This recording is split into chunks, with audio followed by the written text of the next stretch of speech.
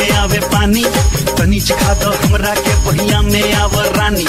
देख के तो हर चहल जवानी मुंह में आवे पानी, तनी चखा दो हमरा के पहिया में आवर रानी। मन करेला की करी हम तोहार पुनिया,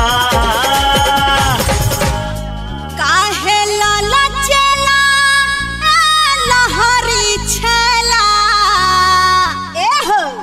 नहीं तोहरा से बची ई हमार दुनिया, नहीं तोहरा से बची रसदार दुनिया। biharmasti.in